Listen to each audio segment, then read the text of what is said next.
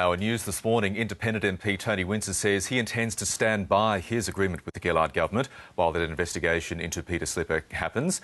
For the government's perspective, we're joined now by the Trade Minister Craig Emerson from Parliament House in Canberra. Mr Emerson, good morning to you. Good morning, Michael. Can the government maintain its integrity as per the charge levelled by Tony Abbott there? It's a charge levelled by Tony Abbott, who has double standards. One standard for the Liberal Party, one standard for the rest of Australia. The fact is that under the previous coalition government, Malcolm Turnbull, as a minister, was the subject of civil proceedings. We didn't ask him to stand aside. We didn't ask him to stand aside as opposition leader. Processes are underway. Those processes should be able to take their course without Mr Abbott calling for at the end of the processes or interfering in the processes, calling for early elections. The truth is, behind this, all he wants is to be able to become the Prime Minister through a cheap and easy way to the lodge. It's not going to happen. And we point out as we conduct this conversation, Peter Slipper is fervently denying all allegations levelled against him. Let's go through those allegations. The first lot are the criminal allegations regarding alleged misuse of government entitlements. That's being investigated by the Finance Department. It may be investigated by the AFP. Are you confident, Mr Emerson, that those investigations will be wrapped up and a decision one way or the other made by the time Parliament gets back? Well, I'm going to make a very standard and honest observation, and that is I don't seek to prejudge or interfere in any investigation. This is what sets Labor people apart from the coalition, that is forever seeking to put pressure on authorities to conduct their independent investigations quickly or in a particular way, to wrap them up, to reach a particular conclusion. These processes must be allowed to take their course. And indeed, you don't need to rely on me for that judgment. Mr Howard said exactly the same thing when there is in fact criminal investigation into Mr Andrew Lemming, and Mr Abbott said it's not appropriate. Mr Howard said it's not appropriate to comment. These matters should be allowed to take their course. I agree with Mr Howard. Tony Abbott agreed with Mr Howard at that time. The only thing that's changed is that Mr Abbott thinks that this is a cheap and easy way to the lodge. It's not. If those investigations do drag on, including the possible civil case involving those sexual harassment allegations, Anna Burke, a Labor MP, will sit in the chair as the acting Speaker. How much more difficult, now that you've back to a very much wafer-thin majority, will that be for the government to get its legislation, particularly its budget-related legislation, through the House of Representatives? Well, we deal with the numbers as they are, and we have done so since the formation of this government, the Gillard government. And in dealing with the numbers as they are in the Parliament, we have successfully passed 350 plus pieces of legislation, including very important legislation such as the mining tax to share the benefits of the mining boom among working Australians, which Mr Abbott said he would rescind. We have done that successfully.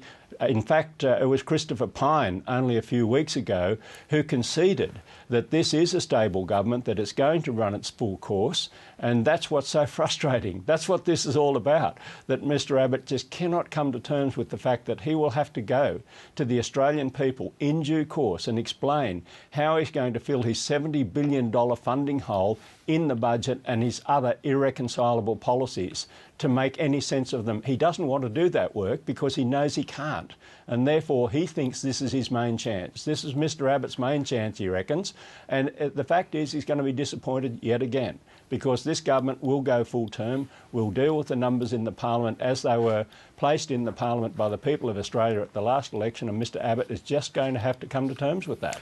Now, as you know, you're a Queensland MP. You've dealt on and off with Peter Slipper for many years as a fellow Queensland MP, and as you well know, there have been accusations swirling around him for many years.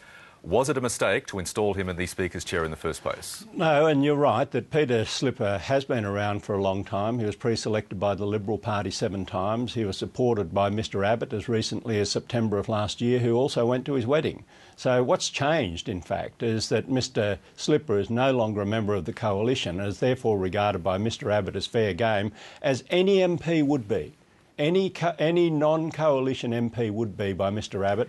He's happy to seek to interfere in investigations, called for the end of investigations, called for people to step aside during investigations when he has not applied the same standards to his own coalition colleagues. We have in the Senate Mary Jo Fisher, who was not only investigated but charged and found guilty of a criminal violate a criminal act. Now, what did Mr Abbott say about her? Oh, he said, but she didn't vote in the Senate while this was underway. Completely false. Completely false. She voted against putting a price on carbon through the Clean Energy Bill.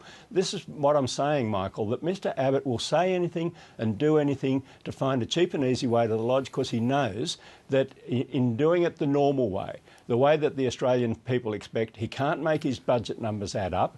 He has to explain how to reconcile irreconcilable policy differences in the coalition. He doesn't want to do that, so he thinks, oh, this is his main chance. Well, Mr Abbott, you're going to be very disappointed. As you say, Tony Abbott has every right to attack non-coalition MPs, as does the Gillard government every right to attack coalition MPs. I ask you again, was it a mistake to offer the speakership to Peter Slipper? And I answer again, no, it wasn't a mistake to offer the speakership. So there's the question, there's the answer. What I'm saying is that there should be one standard, Michael, and I think that your viewers would accept. There should not be one standard for the Liberal Party and one standard for every other person in Australia. When an investigation is underway, then people are entitled to the presumption of innocence, but not if you're a Liberal. When there is an investigation underway, people should not seek to interfere in that investigation, but not if you're a Liberal. When there's an investigation underway, you should apply the same policies and standards that you applied when you're in government, but not if you're a Liberal. This is the point I'm making. The hypocrisy, thy name is Liberal. Do you trust Peter Slipper? It's not a matter of... I don't know Peter Slipper that well. What I do know is that he has actually discharged his responsibilities as Speaker of the House of Representatives very well by any standard. But as a man, man on man, as a fellow Queensland too. MP, you've known him for so long, do you trust him? Well, I just don't know him well enough to know everything that happens in his professional, in his private life, in any other dimension of his life. Just as I don't know what goes on in the lives of just about every other coalition MP. I'm not very close to coalition MPs, but I will make this point, if I might, Michael. Malcolm Turnbull, as I said, was the subject of civil proceedings. He didn't step down. We didn't expect him to. Now, Mr Abbott is threatening a vote of no confidence if Mr Slipper does not step down in light of civil proceedings. It would be very interesting to see how Malcolm Turnbull would vote on that, because he has benefited from the presumption of innocence. He has benefited from being able to be the leader of the opposition during civil proceedings, and I think actually that Malcolm Turnbull is an honourable man. It would be fascinating if it comes to that to see how he votes, because Andrew Lemming, who was benefited from the fact that while he was under police investigation, he voted more than 50 times with the coalition, with Mr Abbott, with Mr Howard, actually voted with Mr Abbott on a motion where Mr Abbott believed that Craig Thomson should leave the parliament.